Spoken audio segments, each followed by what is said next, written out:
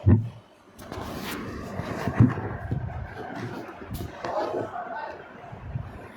गायब हो गया।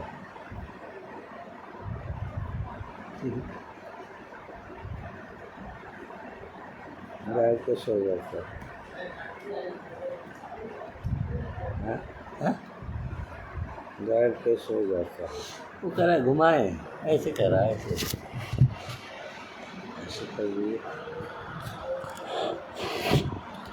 ठीक है नहीं? वहाँ से का आवाज़ जाएगी?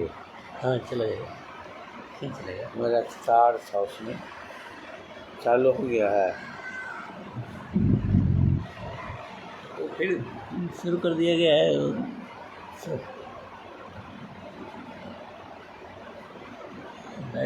शुरू है ना। मंगल मूरति सद्गुरु मिलवा सर्वाधार। मंगलमय मंगल करन बिनवा बारंबार।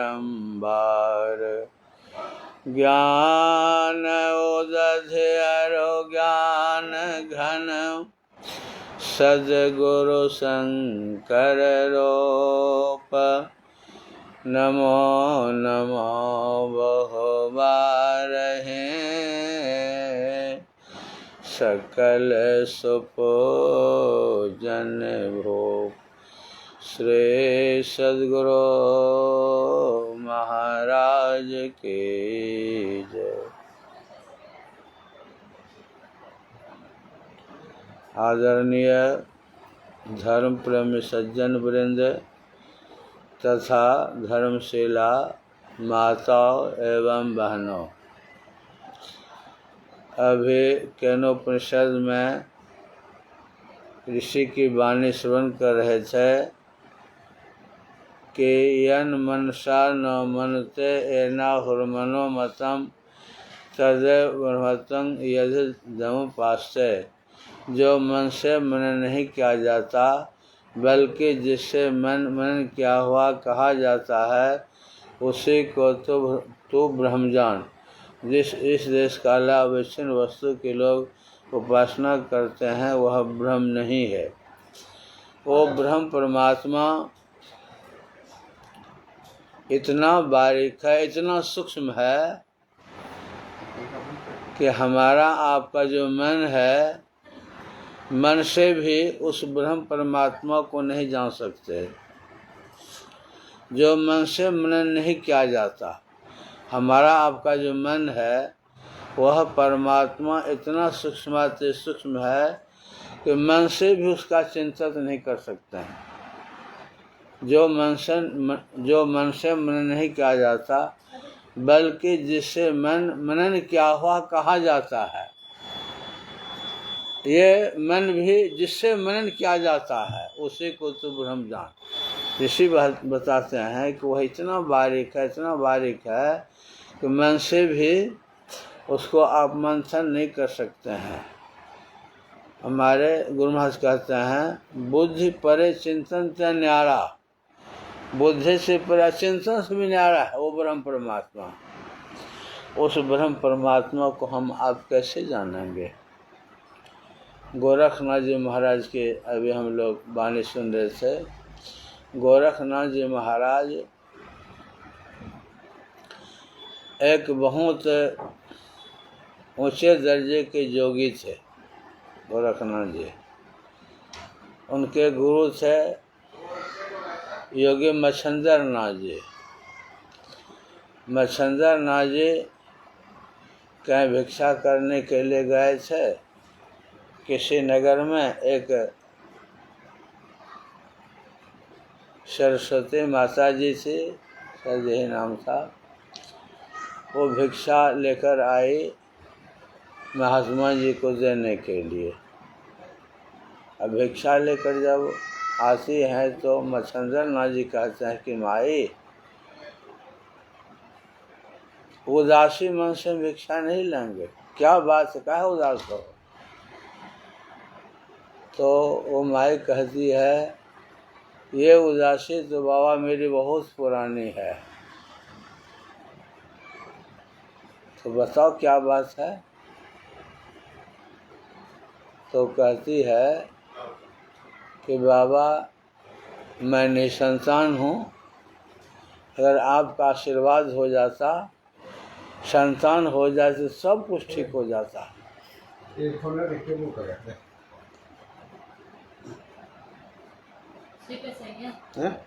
इतना नीचे हो जाएगा ना। ये स्टैंड पे लगाएगा। ठीक चल रहा है। ठीक चल रहा है। देख लीजिए चल रहा है, ठीक चल रहा है। देख लीजिए। चल रहा है। ठीक ठीक अरे खा लो। तो योगी मच्छंदर नाथ जी एक चुटकी भभूत निकाल कर देते हैं, कहते हैं जाओ सूर्यास्त से पूर्व नहा धो के इसको खा लेना, एक लड़का हो जाएगा।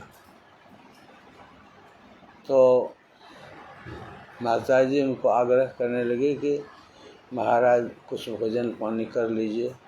कहा नहीं, मैं 12 वर्ष के बाद पुनः आऊँगा और तब इस बच्चा को आशीर्वाद दे करके मैं भोजन करूँगा।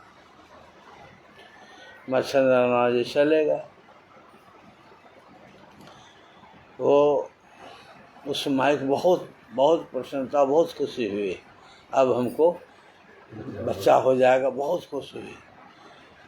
और जब उनका पति आता है तो पति कहता है अरे आज तुमको हम खूब प्रसन्न देखते हैं, क्या बात है। कहा कि आज तो मेरा भाग्य खुल गया। कहा क्या हुआ। एक साधु जी आए थे, वो हमको एक चुटकी राख दिए हैं, अब बोले इसको खा लोगे तो एक लड़का हो जाएगा। उनका पति डांटने लगा, पागल कहीं की, तुम किसी ढोंगे की साधु के फेर में पड़ गई है, जाओ उस राख को फेंक आओ। अब पति डांट दिया तो बेचारे क्या करते, वो उस राख को जहाँ गोबर का ढेर था उसी में जा कर के फेंक दिया। ऐसे वो छुपा दी, बाद में मौका निकाल कर हम खा लेंगे। मच्छंदर नाथ जी चले गए। 12 वर्ष के बाद फिर मच्छंदर नाथ जी आते हैं, उस माई के पास जाते हैं, कहते हैं कि माई लड़का कहाँ है, मेरे सामने में लाओ। तो सरस्वती देवी कहती है कि लड़का कहाँ है बाबा। तो मैं जो राख दिया था, राख नहीं खाए थे। तो कहा कि नहीं राख नहीं खाए थे। क्या किया। कहा मेरे पति ने डांट दिया और उसी के डर से मैं जाकर गोबर के ढेर में उसको फेंक दिया, रख दिया। कहा बता चल कहाँ पर रखी हो।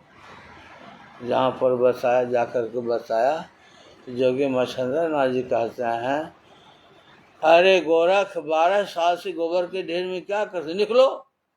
12 साल का लड़का निकल गया वो गोबर के ढेर से। अब तो महिला व्याकुल हो गई, और जब वो लड़का निकला तो मच्छंदर नाथ जी के पास जाने लगे।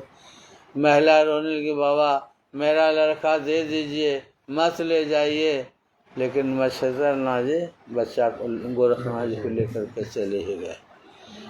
वही उसी का नाम गोरखनाथ जी पड़ा, बहुत प्रसिद्ध जोगी हुए थे। जब वहाँ से चलते चलते एक जगह जाकर मच्छंदर नाथ जी कहते हैं कि तुम जाओ भिक्षा ले आओ। तो भिक्षा लाने के लिए जब गए तो भिक्षा में भोज भंडा हुआ था। वो माँ ने पकौड़ा, सब्जियाँ खाने के उनको, तो मच्छंदर नाथ जी खाए, बड़ा अच्छा लगा। और दही बाड़ा भी दिया था, बड़ा अच्छा लगा। कहा कि बेटा गोरख दही बाड़ा तो खाने में बहुत अच्छा लगा, एक बार और जाओ ले आओ। तो गुरु की आज्ञा हुई, फिर उस माई के पास जाते हैं। कहते हैं माई, हमारे गुरु महाराज को तुम्हारा दही बड़ा बहुत अच्छा लगा, एक बार और दे दो। वो अलबल बकने लगे, पेटू कहीं का गुरु के नाम पर आया है मांगने के लिए। तो गोरखनाथ कहते माता, मैं अपने लिए नहीं मांग रहा हूँ, मेरे गुरु महाराज को बहुत अच्छा लगा, इसीलिए वो कह रहे हैं। तो वो कहते हैं कि तुमको दहबारा मैं तब दूंगा जब एक आँख निकाल करके दे दोगे। गोरखनाथ कहता है कि ये कोई बड़ी बात है, तुम दहबारा ले आओ, मैं एक आँख निकाल करके दे देता हूँ। अब वो दहीबारा लेकर जब आए तो गोरखनाथ जी एक आँख को निकाल करके न उंगली घुसेर करके और आँख निकाल लिया। कर लो माई, ये कोई बड़ी बात है। और वो जो उन्होंने देखा आँख निकाल दिया, बेचारी भागी वहाँ से दहीबारा लेकर के। अब आँख निकाल, एक हाथ से आँख पकड़े हुए हैं और वो दहीबारा लेकर मच्छिंद्र नाथ जी के पास आते हैं। कहते हैं बेटा ये क्या हो गया? तो कहा कि गुरुदेव, जब मैं दोबारा दहीबारा लाने के लिए गया तो माई अलबल बकने लगी, कुछ से कुछ तुम पेटू है, अपने बात से मांग रहा है, गुरु का सिर्फ नाम लेता है। मैंने कहा कि माई मैं अपने लिए नहीं, गुरु महाराज को अच्छा लगा इसलिए गुरु महाराज ने कहा है। और कहा कि अच्छा एक अंग निकाल कर दे दो, उसमें दहीबारा तुमको दे दूँगी। वही मैं आँख निकाल लिया और दहीबारा दिया। कहा कि बेटा ये तुम इस गोरख पंथ को उजाला कर देगा। आया और कहा जाए, ऐसे हाथ पर ऐसे हाथ से रख दिए, फिर उसका आँख ठीक हो गया। वे थे गोरखनाथ जी महाराज। उन्हीं की वाणी अभी सुन रहे थे कि ब्रह्म परमात्मा के बारे में कहते हैं, वह बस्ती न शून्यंग, शून्यंग न बस्ती। बस्ती मतलब होता है भरती और शून्य मतलब होता है खाली। उस ब्रह्म परमात्मा का भर्ती भी नहीं कर सकता, खाली भी नहीं कर सकते। बस्ती न शून्य, शून्यंग न बस्ती, अगम अगोचर ऐसा। अगम मतलब होता है, गम मतलब होता है जानना। हमारे आपके पास जितनी भी इंद्रियाँ हैं, आँख है, नाक है, हाथ है, पैर है, जिह्वा है, आदि आदि 14 इंद्रियाँ हैं। 14 इंद्रियों से परमात्मा को का ज्ञान नहीं होगा, इसलिए उसका अगम। अगोचर, गो मतलब होता है इंद्रियाँ, अचर मतलब जहाँ इंद्रियाँ विचरण करते जहाँ जाती हैं, तो जहाँ तक इंद्रियाँ जाती हैं वो परमात्मा वहाँ तक पहुँच ही नहीं सकती है, इसलिए इस परमात्मा को अगोचर कहा। अगम अगोचर है सा।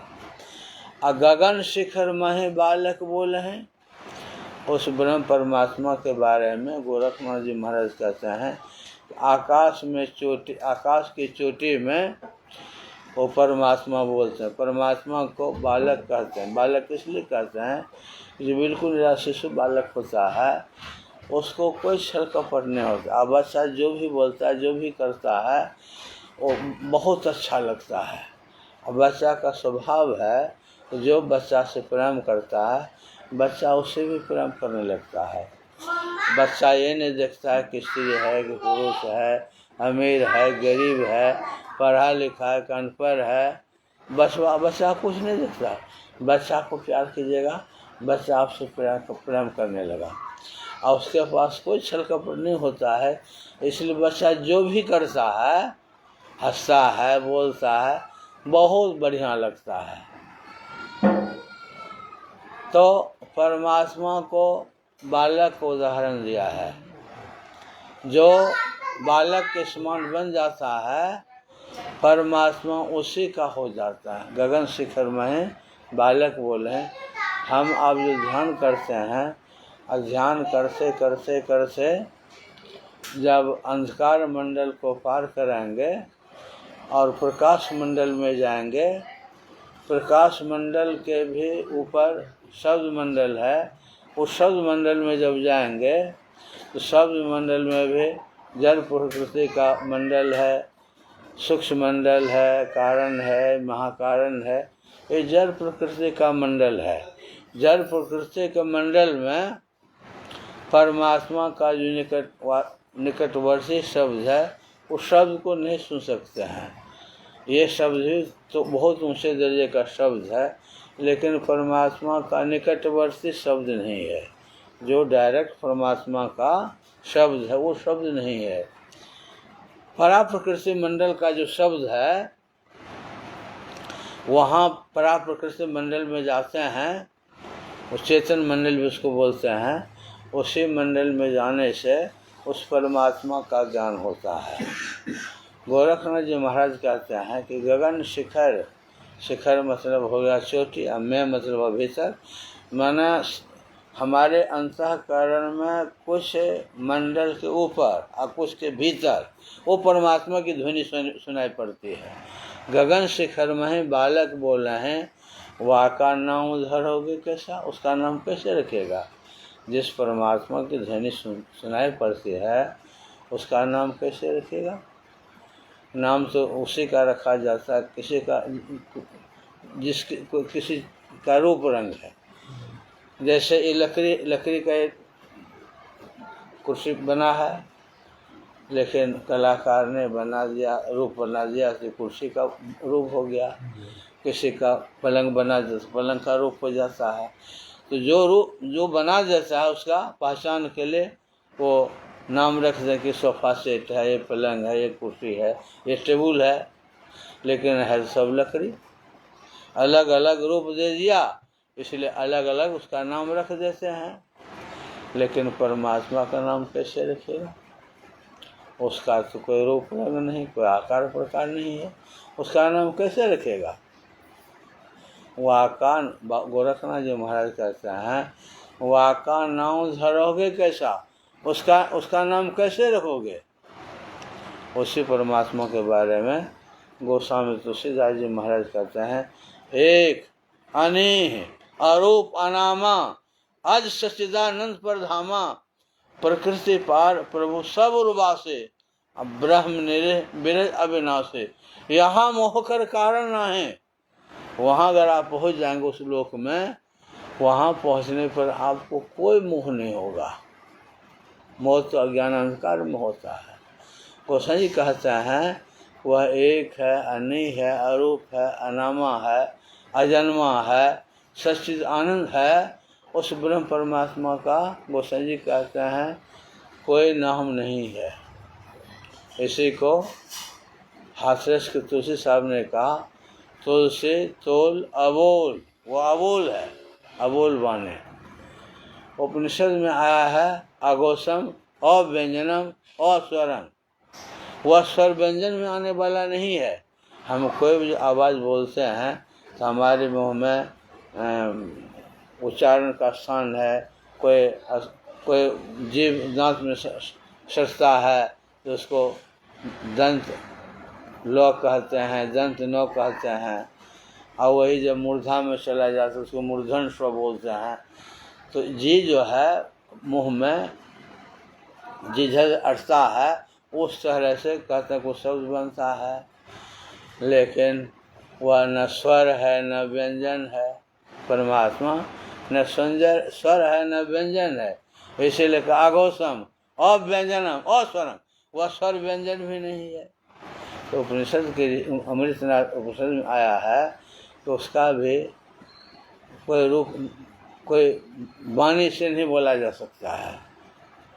और बाबा कबीर ने कहा, अलख निरंजन लखन कोई, निर्भय निराकार है सोई, सुनिया सोल रूप नहीं रेखा, दृश्य अदृश्य छिप्यो नहीं पेखा, वरण अवरण कछो नहीं जाई, सकल अतीत घट रही समाई, आदि अंत ताहि नहीं मध्य, कथन जाहे आहे अकथे, अपरंपार उपजय नहीं बिनसय, जुग तिन जानिए कथिए कैसे, जस कथिए तस होत नहीं, जस है तैसा सोए, कहत सुनत सुख उपजय, हर परमारथ हो।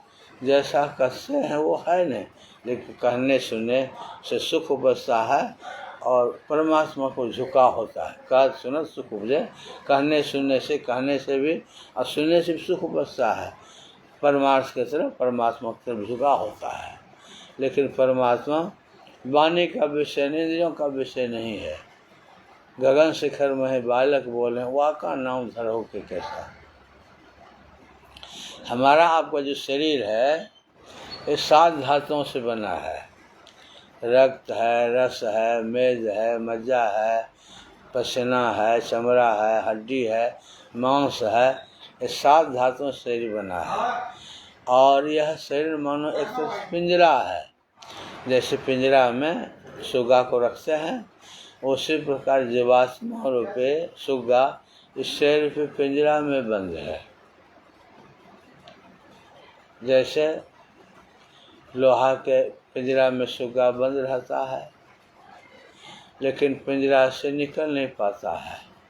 पिंजरा में एक फाटक रहता है, उसी फाटक को खोल करके उसको खाने के लिए दे देता, फिर फाटक को लगा, वो पिंजरा में ही बंद रहता है, निकल नहीं पाता है। एक साधु बाबा जा रहे थे, एक लोहा के पिंजरा में सुग्गा बंद था, सुग्गा रट रहा था, राम राम रटै लोह पिंजर पड़े, राम राम रटै लोह पिंजर पड़े। तो साधु कहते हैं जुगते जाने तो सहजे सरे। जब साधु ने कहा राम राम रटे तो भव बंधन कटे, तो सुगा कहता है कि देखिए बाबा, जो सुगा राम राम नहीं रटता है स्वच्छंद आकाश में विचरण करता है, और मैं राम राम रटता हूँ, लोहे के पिंजरे में बंद हूँ। इसलिए आप कहिए कि राम राम रटे तो लो पिंजर पर है। तो साधु जी कहते हैं जुगती जानो तो सहजे सरे। तुम राम राम रटते हो, लेकिन बिना जुगती जाने रटते हो, इसीलिए लो पिंजरे में पड़े हो। अब जुगती जान कर अगर रटोगे तो लो भव बंधन से छूट जाता है। लो पंजर क्या है? तो सुगा कहता है कि बाबा जुगती बताने वाले को मैं कहाँ जाऊँगा ढूंढ निकला, आप हमको बता दीजिए। तो साधु जी सुगा को प्राणस्पंद की क्रिया करने के लिए बता दिया। प्राणस्पंद की क्रिया में सांस को खींचना, रोकना, छोड़ना, ये 3 तरह का व्यायाम होता है। सांस को खींचते हैं, इस क्रिया का नाम है पूरक। और सांस खींचकर जो अपने अंदर में रोके रहते हैं वायु कुंभ होता है। सांस को बाहर छोड़कर बाहर रोकते हैं, और सांस को खींचकर भीतर रोकते हैं, उसको अभ्यंतर कुंभ बोलते हैं। और बाहरी सांस छोड़कर रोकर उसको बाह्य कुंभ बोलते हैं। तो सांस को खींच करके जो रोके रहते हैं इस क्रिया का नाम है कुंभक। और फिर सांस को छोड़ते हैं, उस क्रिया का नाम है रेचक। तो पूरक, कुंभक, रेचक, ये 3 तरह का व्यायाम होता है सांस का। इस क्रिया में को करने में जो अभ्यस्त हो जाता है तो सांस खींच करके कुंभक क्रिया बहुत देर तक रह सकता है। और हठ योग में तो बताया कि इस कुंभक क्रिया इतना सुंदर माने योग है, एक प्राणायाम है कि शरीर बिल्कुल शुद्ध हो जाता है, निर्मल पवित्र हो जाता है। इसलिए योग साधना करते हैं, प्राणायाम वगैरह करते हैं स्वस्थ होने के लिए। तो जब वह सुगा प्राणायाम क्रिया में कुशल हो गया, एक दिन जब देखा कि मेरा मालिक आने का समय हो गया, मुझे खाने के लिए देगा, उसके आने के पहले ही सांस को खींच करके पिंजरा में लेट गया। जब मालिक आया कि सुगा तो मर गया है, लेटा हुआ दिखा लगा मर गया है, तो मरे हुए सुगा को रखेगा। तो पिंजरा को खोला, खोल करके उसको निकाल करके गड्ढा में जाकर फेंक दिया। जैसे गड्ढा में फेंका सुगा देखता है पंजा से बाहर पूर से उड़ करके भाग गया। ये है युक्ति। तो गोरक्षनाथ जी महाराज कहते ठीक उसी प्रकार इस शरीर के पिंजरे में हम आप पता नहीं कितने युगों से फंसे हुए हैं। किसी कवि ने कहा मुश्किल में अद्भुत मूसा, जब से यह संसार बना है तभी से घुसा। मुश्किल में न चूहा को फंसाते हैं, इस शरीर पे मुश्किल में जीवात्मा पता नहीं जब से संसार बना है तभी से घुसा। गोरखनाथ जी महाराज कहते हैं सतगुरु मिले तो उबरे बाबू, नहीं तो परले हुआ। अगर सतगुरु मिल जाएगा तब तो उबार हो जाएगा, और नहीं तो परले हुआ। ऐसे तो परले में ही है। हम आपकी जो मृत्यु होती है, भगवान का भजन किए हुए नहीं रहते हैं तो मरते समय संसार की ही कामना होती है। जीवन भर आप जिस काम को किए हैं मरते समय वही आ जाएगा। भजन नहीं किया है ना, जब मृत्यु आती है ना तो उसमें बेटा को बेटी को याद करता, कहते उसको बुला दो, उसको बुला। जब वो मरने वाला एहसास करता है कि अब हम नहीं बचाएंगे, जो मरने वाला एहसास करने लगता है अब हम नहीं बचाएंगे, और जब ऐसा हो जाता है तो याद आता है बेटा का बेटी का, जरा उसको बुला दो, उसको बुला दो। तो ये परिवार के किसी सदस्य को याद करते हुए जो मरता है तो संसार की कामना हुई ना, वही कामना उनको संसार में ले आता है। मृत्यु के समय सहजोबाई ने कहा अगर पुत्र की कामना में मरता है तो सुअर के शरीर में जाता है। जो सुअर सूर्य का बार में 10-12 बड़ा बच्चा पैदा करता है, वो सुअरी के शरीर में, सुअर के शरीर में चला जाएगा। अगर मकान आदि कामना में मरता है तो मकान में रहने वाला चूहा नहीं होता है, वह चूहा बनेगा, चूहा बनेगा, और घर में घुर घुर करते रहेगा। मकान की कामना। अगर सत्संग भजन वाला रहता तो उसी घर में किसी रूप में आते, पोता किसी रूप में आते, घर का उपभोग करता, लेकिन भजन तो किया नहीं है, इसलिए वो नीचे योनि में जाएगा, चूहा के शरीर में जाएगा। अगर रुपये पैसा रखा है तो रुपये पैसा कामना में मरेगा। रहे वासना द्रव्य मंझारा, जन्मे नाग हुई पे निकारा, वो सांप बनेगा, और सांप बन करके जहाँ पैसा रखा है ना वहीं घुर घुर करेगा। बैंक में आज तो पहले घर में रखता था, कलसी में रखता था, वहीं पर वो जन्म लेता था सांप बन करके। लेकिन आज तो बैंक बाब रखता नहीं है, तिजोरी से में तो रखता नहीं है। अब वो जन्मेगा तो सांप से बनेगा। अब बैंक के पास पूरे का चक्कर लगाएगा, बैंक में पैसा रखा है ना, क्या रहे वासना द्रव्य मंझारा, जन्मे नाग होई पुनिकारा। सजवे कहते हैं तो नाग सांप शरीर में जाएगा। अगर पानी की कामना मरता है तो मेन देह झड़ी जल की बस, मछली के शरीर में जाएगा जो उसके वसा पानी में ही रहता है। वाहन की कामना से मरेगा तो वाहन ढोने वाला जानवर है ना, हाथी बनेगा, घोड़ा बनेगा, ये सब गधा बनेगा, ये सब बनेगा। लेकिन अगर पुण्य है, भगवत भावना में मरेगा, सो पावे भगवान। उसके अगर आत्म साक्षात्कार नहीं भी हुआ है और भगवान की कामना में मरा है तो उनको मनुष्य का देह मिलेगा। क्योंकि मनुष्य के देह से ही आप ध्यान कर सकते हैं, परमात्मा को पा सकते हैं। लेकिन सद्गुरु मिलेगा तब ना आपको भजन करने के लिए बचाएगा और भजन कीजिएगा, तब ना आपका उबार होगा, 84 लाख योनियों से बचिएगा। गोरखनाथ जी महाराज कहते हैं सद्गुरु मिले तो उबरे बाबू। अगर मिल गया तब तो उबार होगा, तब तो उद्धार होगा, नहीं तो परले हुआ मतलब 84 लाख योनि में चला जाना, यही परले होना हुआ। शब्द धातु का काया पंजरा ता मह जुगत बिन सुआ और सदगुरु मिले तो उबरे बाबू नहीं तो परले हुआ। आवे संग जाए अकेला। गोरखनाथ जी महाराज कहते हैं कि शरीर के साथ जन्म लेते हैं।